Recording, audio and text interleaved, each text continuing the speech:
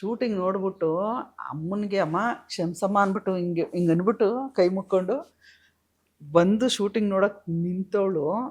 Continuous ಆಗಿ 3 days ಮನೇಲಿ ಏನೇನು ಸುಳ್ಳು ಹೇಳಿದ್ದೀನೋ ನನಗೆ ಗೊತ್ತಿಲ್ಲ. ಇಲ್ಲೇ ಪಕ್ಕದಲ್ಲಿ ಆಟ ಆಡ್ತೀನೋ, ಇಲ್ಲ ದೇವಸ್ಥಾನಕ್ಕೆ ಹೋಗ್ತೀನೋ, ಆ ಥರ ಎಲ್ಲ ಅಂದರೆ ಪಾಪ ಬಿಡೋರು. ಅವ್ರಿಗೆ ಅಷ್ಟೇ ಧೈರ್ಯ, ಇವಳು ಹುಷಾರು ಅಂತ.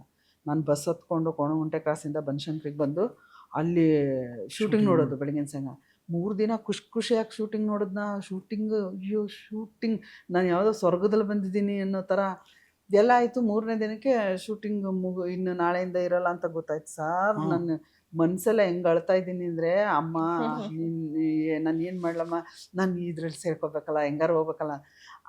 ನನ್ನ ಪುಣ್ಯಕ್ಕೆ ಅಲ್ಲಿ ಅಸೋಸಿಯೇಟ್ ಅವ್ರು ಬಂದ್ಬಿಟ್ಟು, ಏನಮ್ಮ 3 ದಿನದಿಂದ ನಾನು ನೋಡ್ತಾ ಇದ್ದೀನಿ ಅಂದಿದ್ದು ಅಷ್ಟೇ ಸರ್. ನನಗೆ ನೀವು ಅಷ್ಟೊಂದು ಫೇಮಸ್ ಅಲ್ಲಿ. ಅವರು ಅಲ್ಲ ಅವ್ರಿಗೇನಂದ್ರೆ ಏನ್ ಹುಡುಗಿ ಸ್ಕೂಲ್ಗೆ ಏನು ಹೋಗಲ್ವಾ, ಡೈಲಿ ಬಂದ್ಬಿಟ್ಟು ಇಟ್ಕೊಂಡು ಶೂಟಿಂಗ್ ನೋಡ್ತಾರಲ್ಲ, ಅದು ಒಬ್ರೇ ಬರ್ತಾರಲ್ಲ. ನನಗೆ ಅದಷ್ಟೇ ಕಿವಿಗೆ ಬಿದ್ದಿತ್ತು ಸರ್. 5 ನಿಮಿಷ ಅವ್ರಿಗೆ ಮಾತಾಡೋಕೆ ಬಿಟ್ಟಿಲ್ವಂತೆ. ನಾನು ಸಿನಿಮಾಗೆ ಸೇರ್ಕೋಬೇಕು, ನೀವು ಏನೇ ಆ್ಯಕ್ಟಿಂಗ್ ಕೊಟ್ಟರು ಮಾಡ್ತೀನಿ, ನೀವು ಹೇಳ್ದಂಗೆ ಮಾಡ್ತೀನಿ ಸರ್, ದಯವಿಟ್ಟು ಇಲ್ಲ ಅನ್ಬೇಡಿ, ನನಗೊಂದು ಚಾನ್ಸ್ ಕೊಡಿ ಅಂತ ಹಂಗೆ ಕೇಳ್ತಾನೆ ಇದ್ದೀನಂತೆ.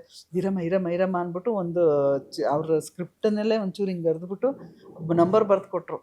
ಅಲ್ಲಿಂದ ಶುರು ಆಗಿದೆ. ಅದೇ ನನ್ನ ಮೊದಲನೇ ಇದು. ಆವಾಗ ನಾನು ಅನಸೂಯ ಆಗಿದ್ದೆ.